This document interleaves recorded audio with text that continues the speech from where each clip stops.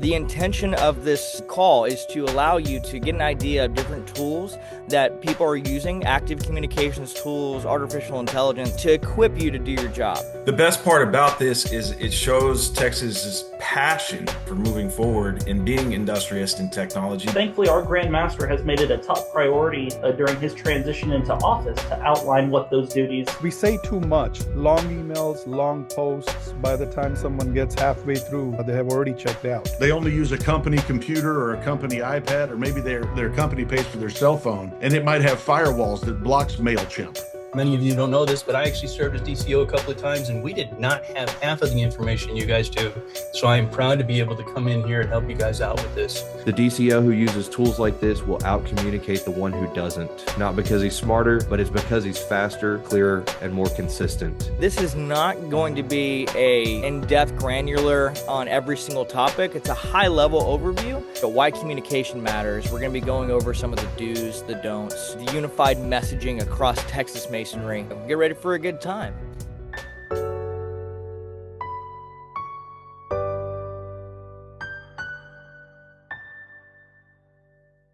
Thank you, all you brethren, for joining us today. For those who don't know me, my name is Michael Cody. I am a past master of Stockyard Lodge, number 1244 in Fort Worth.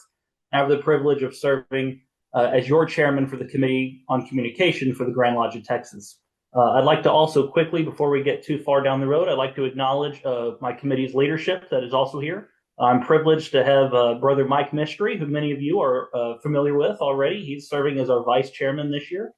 And I'm the freshman pick to the committee, and Mike is very seasoned in DCO work and communication work, and I'm very grateful to have him. And I want to publicly thank him in this forum for his outstanding service and training he's provided me. So we'll hear from Brother Mystery here shortly. Brethren, there are and there have been several years of discrepancies specifically on what this committee is supposed to do. Thankfully, our Grand Master has made it a top priority during his transition into office to outline what those duties of this committee, the Committee on Information Technology, the Committee on Photography, the Committee on Audio and Video. For many years, they have all kind of merged together in what a lot of us have seen similar as kind of a social media committee.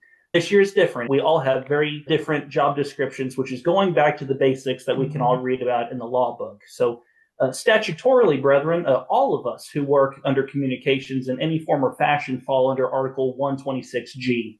And this committee is tasked with three main objectives. So the first one is to formulate policies, programs, and projects regarding internal and external communications with the general goal of increasing member and public awareness of Texas Masonry. So that's kind of the umbrella duty that we all fall under. We also have a duty to remain responsible in assisting in the selection and instruction of well-qualified brethren to serve as district communications officers. Today, brethren, we are executing the duties of objective number 2, and I'm very thankful to have all of you and thank all of you for your service in your respective Masonic districts.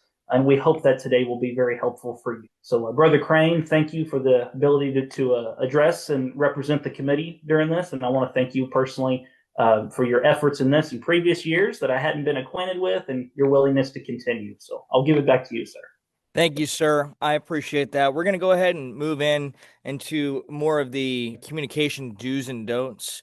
I'm going to have Brother Vice Chair of the Communications Committee, Mike Mystery, go ahead and review that now. Mike, the floor is yours, sir. First of all, brethren, thank you all for being here today. Thank you, Worshipful Crane, for putting this program together once again this year. I'll keep this quick and practical, just some real-world lessons from the field. First, one of the real-world communication mistakes I see all the time. We say too much. Long emails, long posts. By the time someone gets halfway through, they have already checked out. If it can't be understood within 5 seconds, it's probably too long and you have lost the intended audience attention span. So that's one thing to keep in mind. Keep it short, keep it simple. Consistency is what wins every single time. It's not a fancy post, but if it's a simple post that communicates the message well and it's done consistently, you're going to win all the time. Second issue I have seen, no clear call to action. We announce events, but there are times where I've seen flyers or any kind of posts that are being made or email communications that have been sent out, but there's not a clear call to action to follow up. So sometimes, brothers do forget to mention day, date, and time, or the location of the event. What you have done is you have just kind of missed an opportunity to get that audience, get that brother to show up to whatever that event that you were advertising there. So things like that, just to keep an extra attention. Basics, you got to have what the event is, when is it, what time is it, and where is it, right? So you got to have those four things in order to have effective communication that will show you some results. Number three, inconsistent messaging. Different flyers for the same event, different times, different details floating around. It creates confusion, and confusion kills attendance. One of the things that here at League City Lodge, when I first started, that anytime there's something happening, there's only going to be one set of flyer that's going to go out from the lodge's side. The messaging is consistent and everybody is seeing the same thing again and again. So if I end up posting it, I'm touching a set of audiences.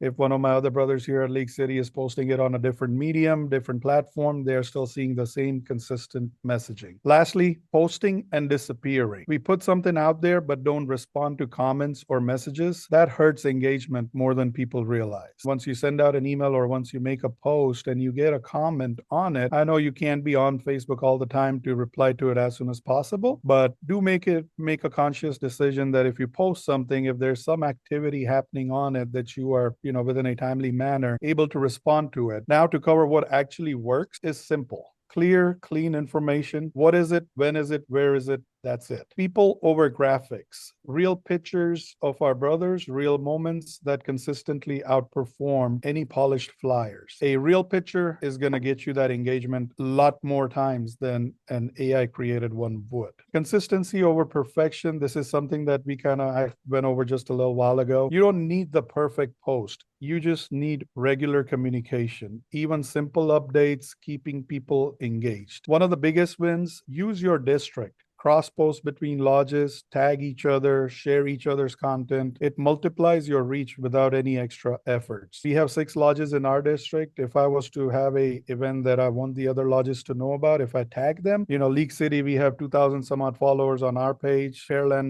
might have another 1,500 on theirs. So just by tagging an extra lodge on your event, you are now being, shown in front of that additional audience that you might have never reached out. Also, timing matters. Post more than once a week. Ideally speaking, one of the mistakes we make is we make one post and then, we feel like we have done our jobs. It's out there, you posted it. But in order to kind of catch some traction, the simple formula I usually follow is I post about whatever event it may be. I post a week before the event, couple of days before it, and then the day off. So one post is not enough. Finally, some quick do's and don'ts. Do keep things short and easy to scan. Do include a clear call to action every time, and do respond to people when they engage. Appreciate that. At this time, I'm going to pass it back to Michael Cody, who's going to give a high-level overview of the DCO handbook and kind of give his thoughts and opinions on it. Michael? Brethren, there is a DCO handbook. It's not a rule and guide, overview on basically what we're going to be discussing today, but written down for you to be able to go back and review. Real briefly, the general responsibilities and relationships that the DCOs can engage with. One thing that we all need to remember is we are a member of the district service team. So that automatically throws us into a collaborative effort with our role within our district deputies, our district instructors, our district education officers. We're right there in the trenches with them. Our particular job is to be a local source for communication, interpretation, and assistance with Grand Lodge programs. Teamwork is absolutely what I would consider the single word motto for a DCO. And I think that that's very important for all of us to embrace. Some key traits for success: building strong relationships with the lodges within our districts, engaging with our worshipful masters and our secretaries, but especially going forward, a great task for all DCOs, even if you're in a district that may not have a lot of activities, encouraging the Grand Lodge programs are a fantastic source, because you can be that microphone, you can be that funnel from Grand Lodge to your local constituents. The Monday Morning Messenger, called the Grand Lodge Gazette, these are all things that we can help promote. We can promote the Grand Master's calendar. There are other specific duties and actionable steps that we can take. One thing that Right Worshipful Joe Perrin, our district deputy, we travel, the 4 of us, we go to all the official visits with one another, our DI or DEO, and it's great. Getting to be there in support of one of our service members. Please look at accompanying your district deputy, and always try to attend if a Grandmasters conference is in your area, or Briscoe workshop, what have you. But DCOs also fall with membership communication, of course, and a community engagement. And this allows us to assist lodges in membership recruitment. We're there to help the lodges. We're there to assist them. The recognition and awards, if you know of a service award that's going on. These are all continued tips and tricks, and what I would classify as just a quick rundown on what the handbook can be used for. Moving right along, we're going to be talking about email communication and using a tool that in my previous role as DCO, I used heavily. I know a lot of DCOs utilize this tool. It's called MailChimp. We're going to have Mike Mystery, who does a phenomenal job on his campaigns. I'm going to have him give a high-level overview. He's going to be kind of giving you some best practices and a simple walkthrough. With that being said, Mike, I'm going to go ahead and pass it back to you, sir. So why email still matters? Social media is great, but you don't own it. Algorithms decide who sees your posts.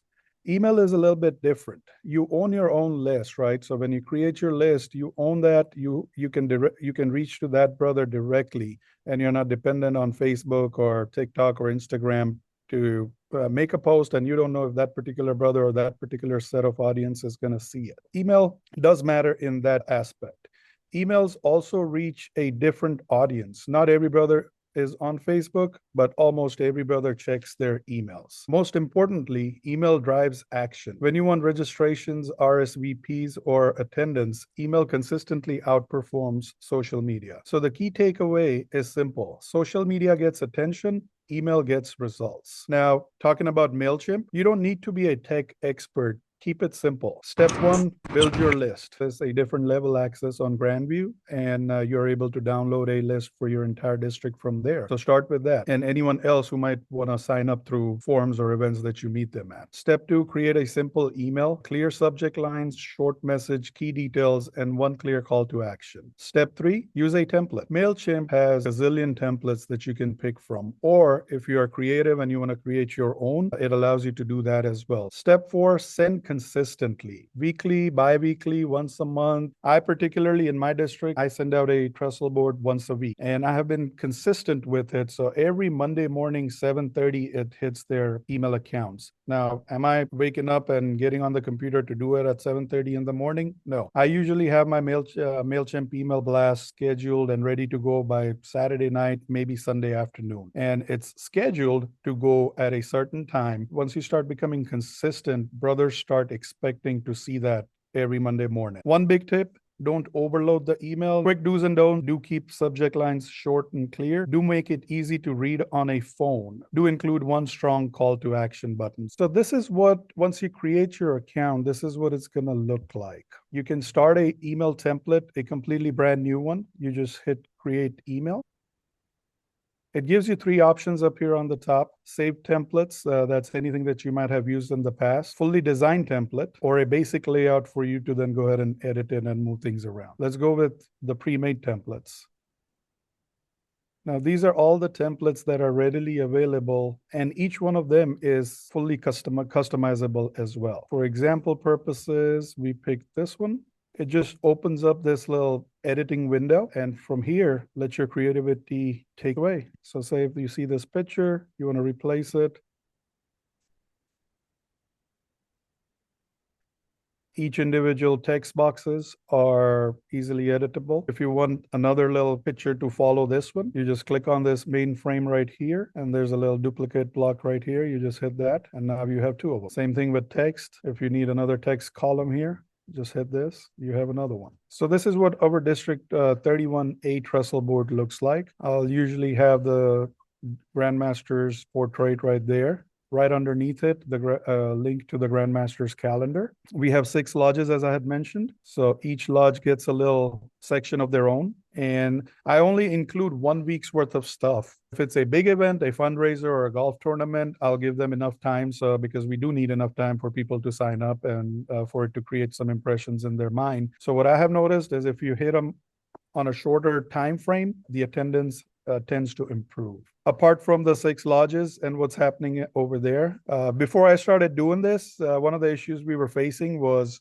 none of the 6 lodges knew which lodge was hosting the traveling gavel. So it was a secret to find it. Once you found out about it, it was another whole step to get 8 guys or 9 guys together to go steal it. So this simplifies the process a little bit.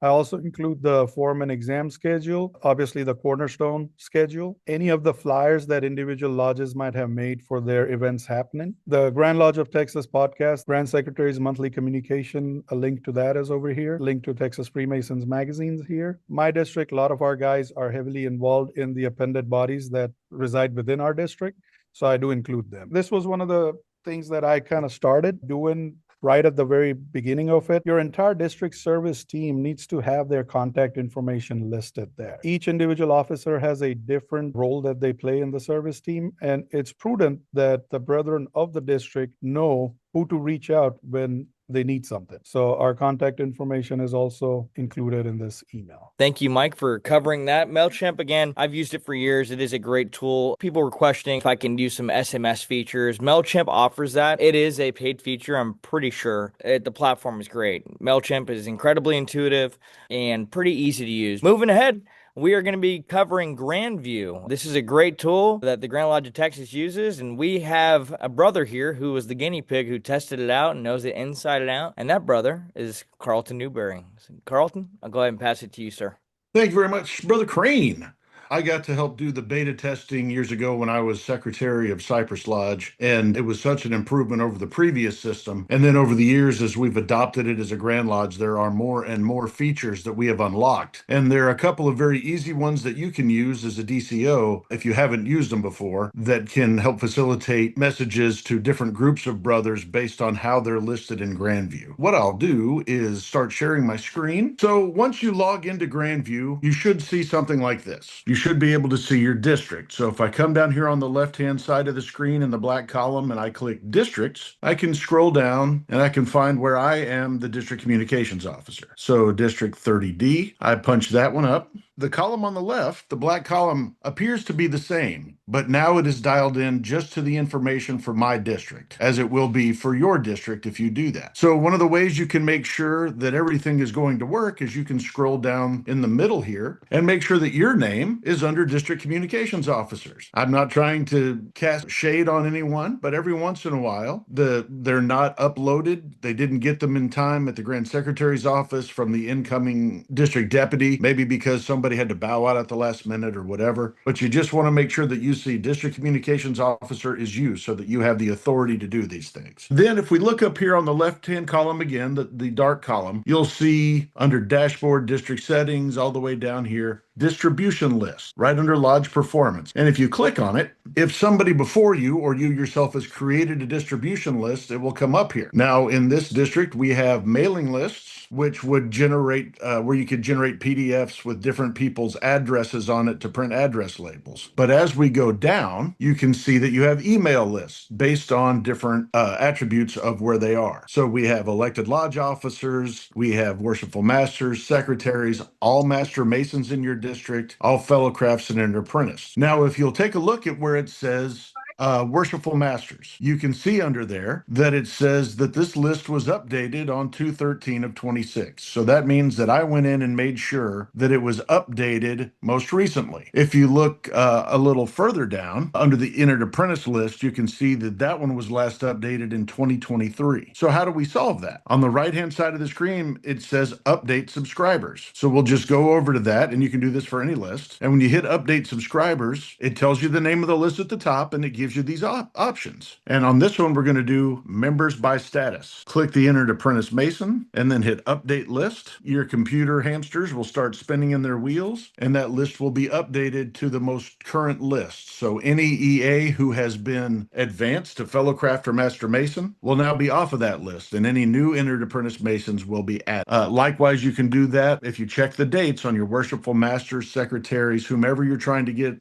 targeted in there, but especially your master masons group. You'll just make sure that you're getting all the master masons that have an active updated email within Grandview on that list. If we go backwards, and right up there you can see the next to where it says District 30D in the dark column, we can hit the little back arrow hamburger and it'll take us back to where we were. And third from the top is newsletters. I hope everybody can see that. Right under district setting, you can hit newsletters. And when you hit that, it'll show you a list of all of them that you've published and all of those that you've created that were just left in a draft form. It will tell you what the title was and when it was sent. Well, if we wanted to make a new one, then we would simply go up here to the top of the column and say, hit the plus right next to where it says newsletters. And then you can choose your template. So we would put in a DCO test, and then it'll click on it. You can click on one of these three templates. And then when we hit edit down at the bottom left, you see next edit. If you tap on that or click on it, if you're using a computer, not an iPad,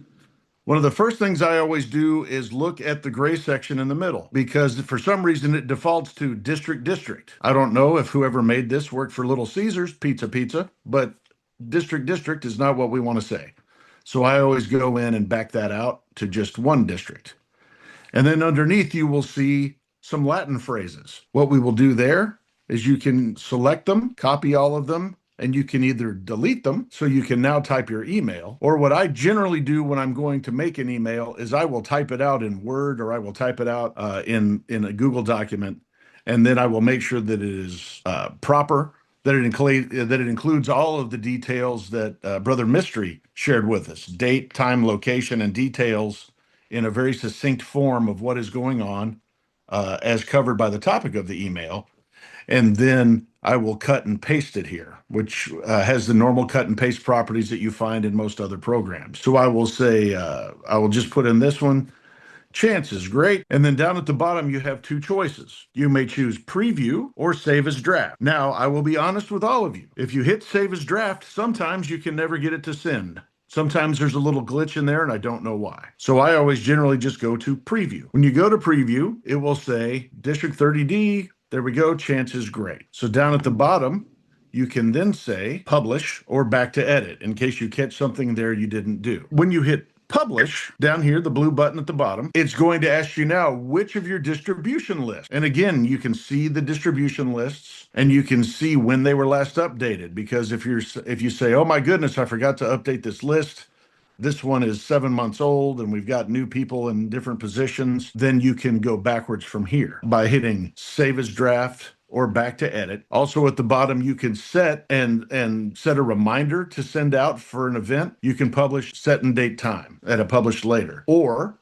you could hit publish now. But when you hit publish now, after you've chosen which group you want to send it to, it will tell you that it is going to publish it at the next quarter hour. So there's a built-in stop there. So let's say it's 7:12, it'll say going to publish at 7:15. And what that does is it gives us the opportunity to, just in case we get a last minute text from our right worshipful or somebody else, we need to update what we're saying, we need to update what we're sending, you can still stop it at that point. So I hope that's very helpful in figuring out how to update your distribution lists, how to type and get an email out to a specific audience. And if there's anything that anybody needs for further instruction on that, you're more than welcome to reach out to me by text, email, or phone. Excellent. Thank you so much, Brother Newberry. Someone made a comment. They asked, can we use this feature instead of MailChimp? And I wanted to just reiterate that all these tools that we're going to be showcasing today, none of them are mandatory. This is simply the Communications Committee's recommendation of what you could use, what's out there. All these tools are at your option. There's a lot of lodges out there where the secretaries try to use Google Groups, and that's great.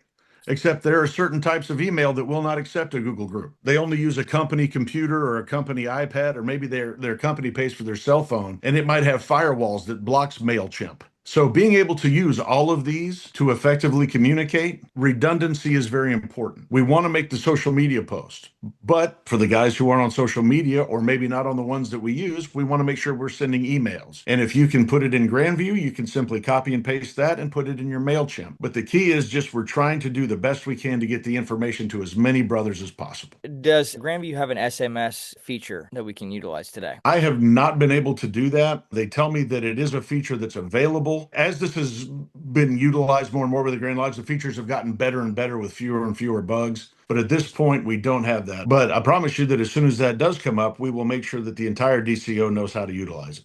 At this time, we're going to go ahead and pass the buck.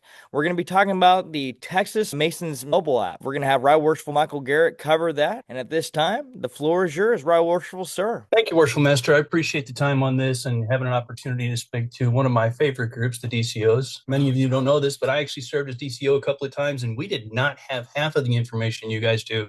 So I am proud to be able to come in here and help you guys out with this. The struggles that I went through, I don't want you to have to go through. So we're going to do everything we can to make sure that you guys have what you need. A little bit about me. I'm serving as District Deputy Grand Master for 30D, and I'm also a member of the Information Technology Committee. I am one of 4 administrators of the Texas Masons app. So keep in mind, if you've got problems with it, it's not that we're ignoring you. We'll get to you, but it may take a little bit of time. So let's talk about a couple things. So how do you access the app? Well, I'm going to go ahead and share my screen. Directly on the Grand Lodge of Texas page, you can find the TX Masons app right here, or grandlodgeoftexas.app. So right here, you can actually click on for your desktop access, or you can go through the information on exactly where to get it, including a QR code right here to scan to get it directly to your app store. It is a paid-for app. Why is it a paid-for app? Because we don't actually own it. We're paying somebody to manage and maintain it as far as the servers and things along those lines in the back end. There are 3 levels to it: the Hiram Abiff plan, King of Tyre plan, and of course the King Solomon plan. When you click on this, it's going to show you basically what you're going to see for a simplified version of what the app looks like in your phone. Or you can do what I do, hit that button right there and get a nice big view of it.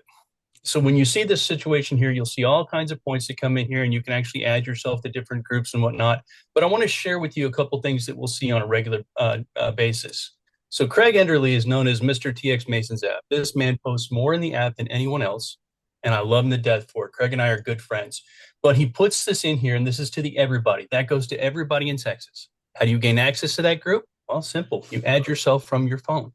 So when that gets pushed through, it sends all the information out there. Right? And you'll notice that it comes through here, multiple things. Craig is all over this thing, sharing all kinds of fun stuff. But what if I don't want to share it to everybody in Texas? What if I just want to share it over here to my district? Well, so Texas Southwest. Brother Hunt, who is evidently a DCO over in District 38, is sharing out that his district deputy is going to have an official visit for this lodge at this time and giving the full information. Just like Brother Mystery talked about earlier, keep it short, simple, because this is on a phone, right? This is just giving a point of communications through here and giving the information. Or you've got right here, Worshipful Master Crane is put through here, the details here. He's got a link for it. He's got the information that's necessary. Can you post graphics? Absolutely. Have fun with AI. Make sure it's nice, right? Because nobody wants to see a 6-fingered Mason. But make sure you've got a good prompt on there. Pull the detail together. And again, you'll see that brothers are coming through, putting all that information together, sharing pictures, sharing information. That's what the app is all about, is sharing information and being able to communicate to the district. But on that same token, anybody who is a verifiable through Grand Lodge of Texas Grandview with a member ID that is active can have access to the app. Thank you, Right Worshipful Sir. That was fantastic. The Texas Electronic app is fantastic and helps raise money for the Grand Lodge, which is always great as well. With that being said, we're going to have Worshipful Alex Quartz. He's going to be discussing some artificial intelligence. Brother Quartz, the court is yours. Thank you, Brother Crane. I appreciate that. Pretty much everyone's using ChatGPT now, and that's what we're going to cover. But hopefully I'm going to teach you something that you don't know about ChatGPT, because I think everybody's got a pretty decent understanding of it. It's an app that you type a prompt into and it gives you a result. So most people think ChatGPT is something that you can just ask random questions to, maybe a glorified Google, and it definitely is. But the reality is that it's a force multiplier. If you're a DCO, it can make you faster and more consistent than anybody else in your district, but only if you use it correctly. At its core, ChatGPT is a communication assistant. And as DCOs, communication's our job. So for those of you who might be newer to it, ChatGPT can write your posts. It can edit your tone, summarize information, help you with brainstorming, and rewrite things professionally. I'm not a fantastic linguist. ChatGPT can help me get my point across in a more professional manner. It does not think for you. It doesn't know what your context is unless you give it that context. And it doesn't automatically sound Masonic unless you guide it to sound Masonic. The quality of what you get out of it depends entirely on how you ask. The most important skill with ChatGPT is prompting. Most people use it wrong because they give vague instructions. A bad prompt is going to be something like write a Facebook post about a lodge event. A better prompt would be write a Facebook post for Texas Masonic District 28 about a golden trowel presentation given to Brother Mike Ellis from Conroe Lodge 748. Make the tone respectful but engaging. Maybe add some information about who is Brother Mike Ellis. What is Conroe Lodge 748? Tell it who the audience is. The audience is Texas Freemasons, Freemasons abroad, maybe their families. And then here's another one. Keep it short. Like I've heard 2 or 3 other brothers talk about. Keep it clear. Clarity in equals quality out. If you're not already using ChatGPT, my goal is that you can download it and use it tonight. For weekly district emails, instead of staring at a blank screen, I'll start just dumping information into ChatGPT about lodge events, announcements, deadlines, forums, exams, and then I'll tell ChatGPT to rewrite it into a clear, professional district email. And a lot of the time, I don't even type into ChatGPT. I'll just hit the microphone button and start talking because I can feed it a lot more context a lot faster than I could if I was typing. The more clearly you explain what you're trying to accomplish, the more natural the result will sound. Tone control is something a lot of people never use. You can tell it to make this sound more formal, make this more engaging, make this sound like it came from an official source. If you don't tell it what tone you want,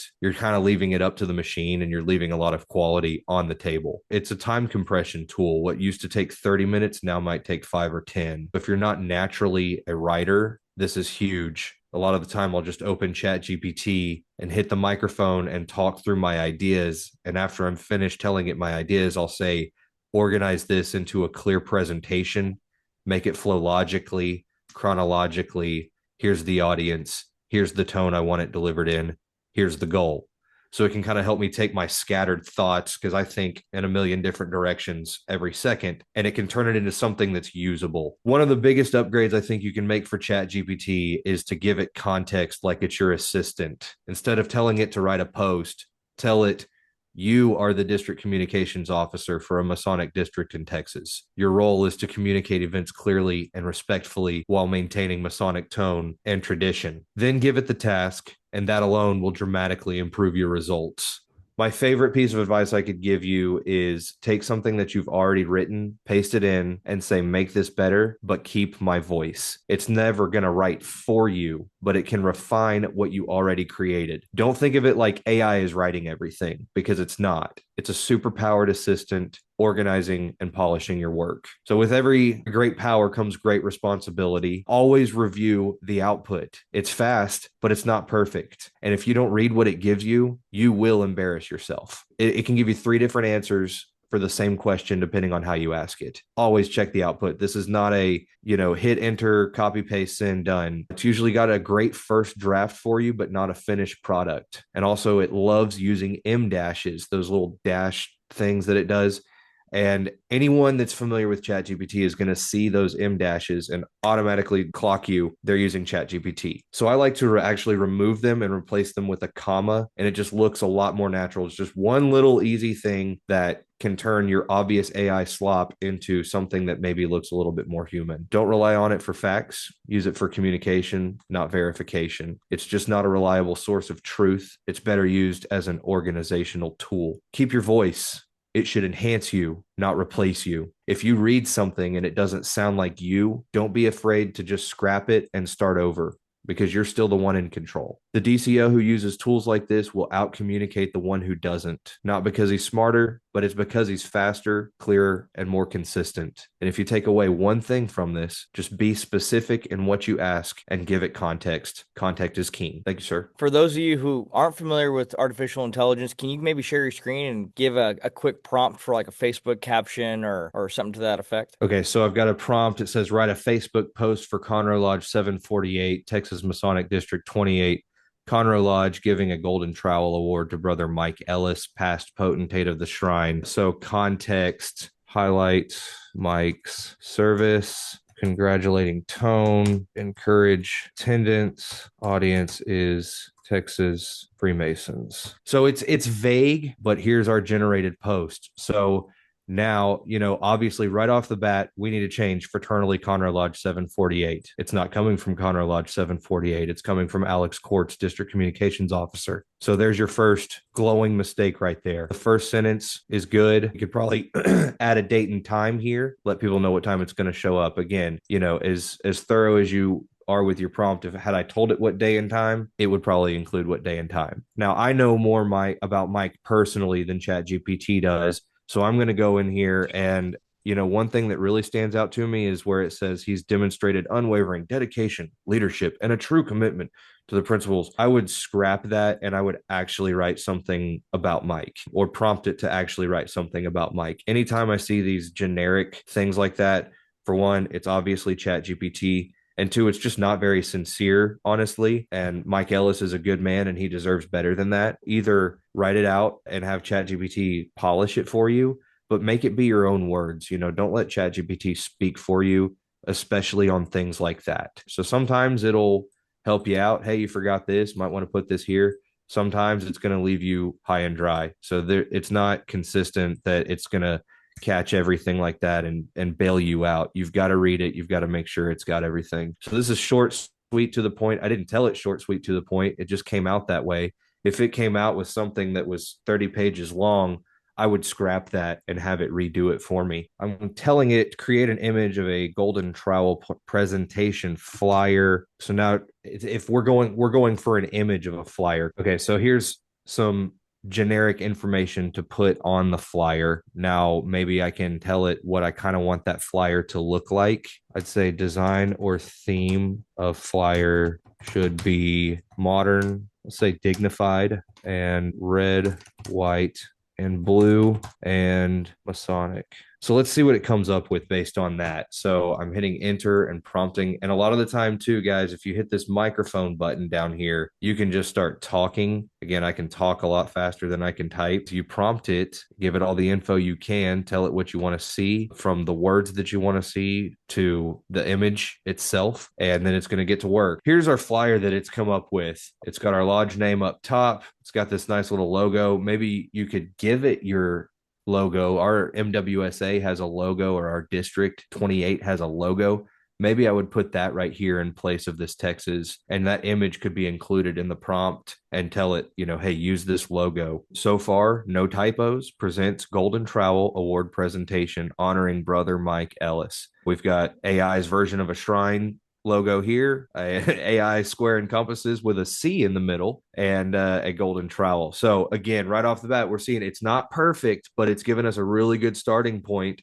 So maybe instead of telling it to come up with the Masonic emblems, like the shrine, like the square and compasses, like the Texas at the top, perhaps give it those and tell it to incorporate those in your image instead. On the surface, it looks really good. One thing ChatGPT has improved on a lot is not making so many spelling errors whenever you have it generate an image like this. What I'm looking at here is a really good starting point. I would probably throw in some new images in the prompt bar down here. I would hit this plus sign. I would add those photos into my prompt and tell it to use those instead. So it'll open your files up and you can go through and select your photos from there and throw them into your prompt. Another thing too that I've realized is that, all right, so here we are in a fresh chat. We've generated this image, but I want to make a change. Sometimes good luck making that change. Sometimes it's already too far gone in one direction. So sometimes it is best to just scrap what you've done and start a new chat and start with a new prompt and re-upload your images and just start from square one. Anything copyrighted, ChatGPT will not generate. So be careful using that. It'll simply just tell you it can't do that. Brother Quartz, thank you so much. That was fantastic. I'd like to point your attention to Brother Fluff, Worshipful Zach Wyatt. He's going to be going over social media, what drives engagement, some strategies and some consistencies for perfection. For those of you who don't know, Brother Fluff does a lot of this and he has a lot of success with it. And with that being said, I welcome Zach to the floor. Thank you for joining, sir. Thank you, worshipful brother. Right worshifuls, worshipful brethren, and brothers all. I am very grateful to be a part of this discussion. And the best part about this is it shows Texas's passion, or Texas Masonry passion, for moving forward and being industrious in technology, because these are questions that there's not a lot of Grand Lodges that have solutions. The best part about this is it shows Texas's passion, our Texas Masonry passion for moving forward and being industrious in technology, because these are questions that there's not a lot of Grand Lodges that have solutions to some of the problems that we've discussed today. So it's very exciting to see so many of y'all who are engaged with this and who want to be a part of a solution with all of this. The first thing I'd like to discuss is, why is social media so important today? Why is that digital footprint important? And depending on where you live in Texas and how diverse your community is, some of you may still have lodges that are meeting in the town square, where others have built lodges outside of town or on strip malls or whatever.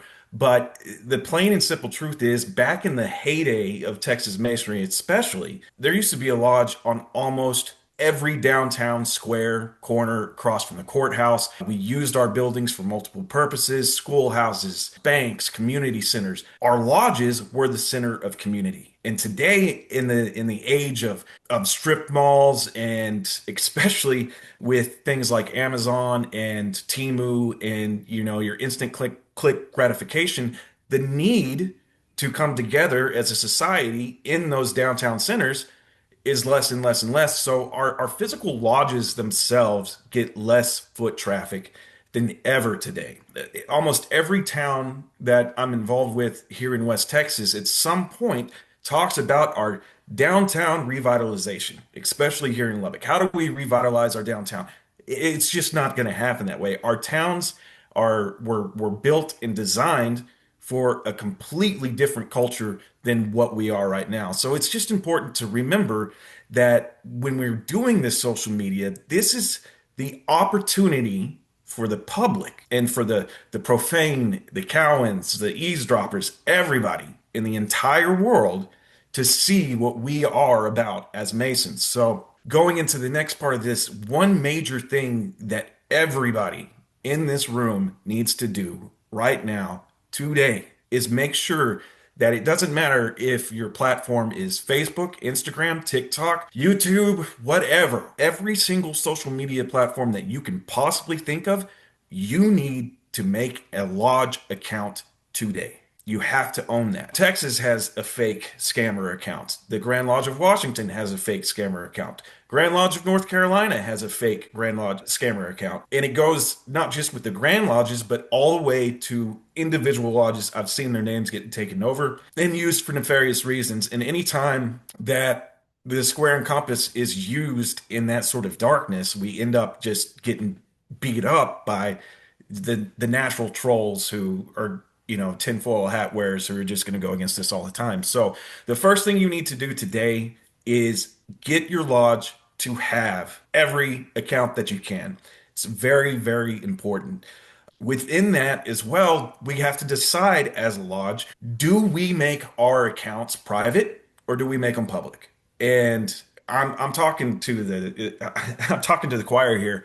I'm Worshipful Master of Mackenzie 1327 and Senior Warden of South Plains Daylight 1443. Both of those lodges have private accounts. They were set up before I ever became a Mason, but they're private accounts. So what ends up happening is we share something on our GroupMe, we share something on our Facebook accounts, we have our email list going out, but it just goes to the same people over and over and over again. And sometimes that message, especially for me, whenever I see something pop up, I just don't read it because I've already heard it, I've already read it. So we forget that the social media itself, things like Facebook and Instagram, those are the ways that we can actually get out into the public. And that's the way we bring fresh new eye and a fresh new audience to us. So I would advise, again, it's up to you and your lodges and your districts, but I would advise that you go ahead and make all of those social media accounts public. It's the only way we're going to get out there on that. Within setting up these accounts, you need to have a team. Some lodges are doing really well, and there's a waiting list to get into the officer lines. While other lodges, you get raised to Master Mason, and as soon as possible, you're going to be put in as Senior Deacon, and you start going through the chairs automatically. Everybody has those issues. And I understand that it's hard to get a whole team to go forward on this, but you really need to set up some sort of team within your lodges to handle social media. And as a DCO, you should be out there supporting these teams in sharing their messages and whatnot. One person cannot have the keys to the kingdom. You need to have multiple people with the passwords. You need to have multiple people who have access to the emails that can get involved in this. If I get hit by a bus tomorrow, there's at least 6 appendant bodies that I know that aren't going to be posting something for the next couple of years, or at least from the accounts that I use. So it's really, really important that we share this information within our lodges. We set up a team and we get the help that we need to make these posts. I was DCO in 2023 and 2024. The first year that I was DCO, it was kind of like, hey, Zach, you're just going to go in there, do what you do on Facebook. So I was kind of given free reign, whatever I wanted to do. So I followed the district deputy around and I posted anything that he wanted me to post. The second year in 2024, whenever I was DCO for, at the time, Right Worshipful Gandor, he said something interesting at one of our smaller lodges in my district, 93B. He said, if any of you are having any problems with social media or anything like that, please get with our DCO, Zach Wyatt. It hit me right there that, yes, this is a service-oriented job. So as a DCO, you may not have all of the answers to every single question, but you should be able to make yourself available to go out there and help these lodges kind of traverse these paths through social media and figure out exactly what is going on and what their needs are. From that day forward, I got in contact with all the worshipful masters, of course, through Grandview. I had their phone numbers and their emails and everything like that. But I made sure that I regularly contacted them. If they had a degree going forward, I'd try and be the first one to know about the degree and post the degree. If I knew of them having any sort of service awards or anything like that they're giving out, 50-year pins, 25-year pins, golden trowels, I wanted to be a part of that conversation and help them navigate how to post it and share it with the rest of the world. Just little things like that just really go a long way. Now, there is the question on, okay, which type of social media do I need to use all the time? Mike did a great job of explaining how to post on Facebook. I agree with them 100%. If you're going to start posting, the key to it is to be consistent in the way you post. If you post once a week, okay, post once a week.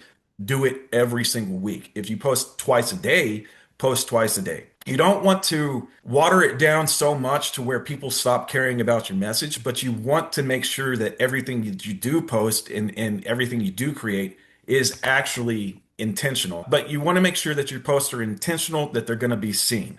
And if it's really, really important to you, then get out and text your brothers, get in your group chats and everything like that and say, hey, I'm about to post this post here. This could be for our Indian degree, Master Mason degree that's coming to Lubbock yesterday. I'm making this flyer. I'm about to post it. Please, if you see it, share it. Don't let them, the consistency again is very important on this. Don't just share your flyers and say, hey, make a random post on this. Try and get back behind the original source, repost and share, because the algorithm is going to grab that and take a hold of it and push it through heavier traffic. So there is a little bit of strategy and key to that. Today, the algorithm is changing almost daily. So you may be able to post something on Facebook today and get tons of views. Tomorrow it may change and you need to start posting on Instagram or posting on YouTube. But each of these platforms have their different strengths and weaknesses to them. On Facebook is what I generally do and used for my community-driven post. If I'm doing something within Lubbock, like a Native American Indian degree team, I'm going to share it on Facebook more than I'm going to share it on Instagram. The reason why is because I can tag certain brothers and actually pull them in. I can share it to certain groups, Texas Freemason groups. I can share it to my MWSA, Texas 93B and A. I can get that kind of laser guided focus to those posts. On Instagram, you can do the same thing, but you have to pay and promote it to do it. And promoting it isn't necessarily a bad thing. And that goes in great into this. Do I pay to post on my lodge's Facebook? Is it worth it? No, it's not worth it. I've never paid for any sort of post on Facebook. The way that you get it to boost is by that consistency. If you're consistently posting, you're going to get the same boost effect that you would on that. And whenever you get into the nitty and gritty, my wife owns a business and we'll pay to boost her post and all that every now and then. And I really look at the numbers that it's giving you on that boost. It's an instant gratification boost. I can guarantee, Facebook will guarantee you that instead of the 100 views that you get on this post, it can increase it and get you 200, 250 views. But are those 250 views, are they going to be, are they going to be a cold lead? Are they going to be a warm lead? Is it going to be somebody who already knows what you're about? Or are you just stirring a whole new pot that you don't want to be in? In the terms of Freemasonry and what we do with the Brotherhood, I wouldn't pay to boost those posts. Same thing for Instagram, same thing for TikTok. On Instagram, I like to look at it in the terms of guns. With Facebook, you can really pull the sniper rifle out and hit what you're aiming at. Whenever you start going into the Instagrams and the YouTubes and the TikToks, you're creating kind of a shotgun effect and you're just spreading it out across the whole world. You don't know exactly who's going to see it. It can take off and hit a couple of your targets, but you're not going to get that guaranteed effect of getting who you want to get there. So I typically stick with Facebook for lodge-centered things. Now, if it's really, really cool and it's something that I want the entire world to be a part of, then I will go ahead and make those posts on those kind of wider spread platforms. Really and truly, to hit your community, I'm using Facebook. And then on that as well, to be involved in the community of social media, you need to be a part of that community on social media. With your lodge accounts and your personal accounts that you post from to get your lodge information out there, make sure that you are following things. Here in Lubbock, we have a Lubbock Foodies group. And so after COVID, it was a little hard for us to get guys who wanted to cook food all the time. And so our stewards for a year at McKenzie Lodge, they went and they catered meals. And the way that we catered meals is we searched out, hi, I'm Zachary Wyatt from McKenzie 1327. We are looking for somebody to cater our meal on the third Tuesday of this month. Is there anybody who would be interested in doing this? We are looking at paying for, $15 a head, 20 guys to show up. That's touch number one on Facebook. So we explained what we're looking for, how we're wanting to be a part of the community, and then people started responding. They came in, we figured out who we wanted to cater from, made our order with them, helped the community right there. We ordered, they brought the food. No matter if it was the best meal or the worst meal ever, very next thing that we did, post pictures of the food, take pictures of the food, the brethren eating the food, got back on that Lubbock Foodies page. Yaya's catered our food for this meeting, and it was fantastic. If you've never had Yaya's before, make sure you get their collard greens. The McKenzie 1327 is extremely grateful. That's touch number two. Touch number three naturally comes when the next restaurant says, oh, well, you got catered by them this month. Well, we want to cater you this next month. So just within that food group, you're getting touches and you're getting to spread what your lodge is doing and actually supporting the community. Whenever you're working with churches or Boy Scouts or whatever, if you go and deliver breakfast burritos to the volunteer firefighters and the police departments, you need to take pictures. You need to make posts. You need to tag everybody involved and let the community see you. Because if you're just making random posts with no tags, no purpose, and no community, the community's never going to be there to support you. So if you want to be a part of the community, you have to be a part of it. I just would like to end it with saying that, the most important tool on any social media is to be authentic. Don't be fake. You can be authentic through AI. I use AI daily. I'm not going to lie about that at all. I use AI daily for some Brother Fluff post, for some lodge post, for work, for everything I do. It is a great tool. But the moment that anything looks like it's not authentic, people will start dropping you and stop paying attention to you. That also happens within your own personal post. If your lodge is not in the best position, right? You can't say that Freemasonry is the greatest thing in the world when you post a picture of all the brothers in the East and you can see the ceiling tile right above you and it's a stained ceiling tile falling down. There's nothing glamorous, nothing great about that. You can say the brothers of this lodge came together and did a great degree tonight. We're excited to grow. We're excited to rebuild, whatever. Be authentic in your post. Be authentic in yourself and don't try and make Freemasonry something it's not. The more authentic and real we make Freemasonry seem to the outside world, the better men are going to be interested in the more they're going to be interested in it. So that's what I have to end with. Be yourself, be authentic, and be true to the fraternity. Brother Fluff, we greatly appreciate your insights. There was some great nuggets there, brethren. Fantastic job. If anyone has any questions, now is your time to do so. We'll give it a few moments. We had a Right Worshipful Reeves from District 86 said that he and his area use texts. Mike, do you have anything? Yes, Right Worshipful Reeves. I did make a post on the chat. Whenever you get a chance, go look at it. GroupMe and WhatsApp. Those are two pretty good platforms that I'm aware of. And WhatsApp is the one that we consistently use for my lodge here in League City. One of the good things that WhatsApp allows you to do, and they just recently started this about a year ago, is build community inside of your WhatsApp. So what it is we have a League City Masonic Lodge community. Now, inside of that community, we have a general chat thread. We have a, officers chat. We have a lodge maintenance chat, a couple other different topics underneath it. So your main chat channel doesn't kind of get clogged up with everybody asking, questions that might not be pertinent to everybody being privy to it. So the general chat is what we use for the most part, regular, communication wise. But then if it's more specific question that needs to go towards a certain group, then they kind of, follow up into that individual chats. We had one brought up, what is considered a good percentage of members on a distribution list? One district might have 1,500 members on it, and one district could barely have 300 members on it. So as far as industry-wide goes, 8% is what's acceptable for email on a open market, but this is a closed group. These are brothers that have opted in to receive those messages from you. Throughout the year, it changes for us. I see anywhere from 40% open rate, and sometimes it dwindles down to 19%. And my district that I send out emails to consists of about 700 contacts. Thank you, sir. We have another great question asked by Brother Kirk. And anyone on the panel, feel free to take this. He says, I appreciate the post, but how do you keep them original? I normally post twice a week on Mondays and Wednesdays with something inspiring. I recently received feedback that it was too automated.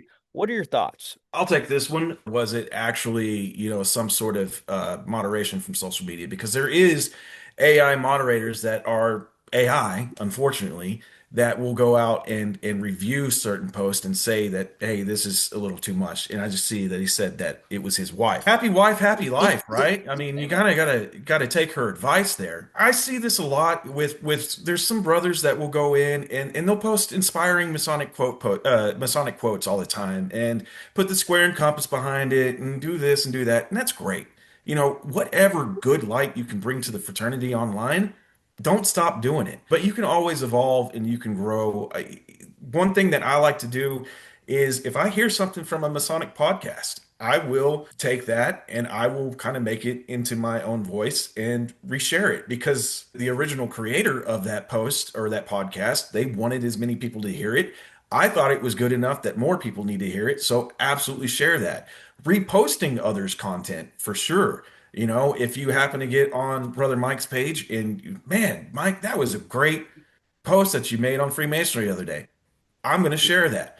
Get out there and share it. But if you're looking to make original content and you want that original content to not seem too automated, the best thing I can tell you is get your toes in the water and, just start trying to make something different. Make something be you, something that you're passionate about within the fraternity and keep sharing it. Otherwise, keep doing what you're doing because it's not hurting anything. Thank y'all so much. Have a great rest of your Sunday, and we'll see y'all next year on Connecting the Craft. Take care, guys.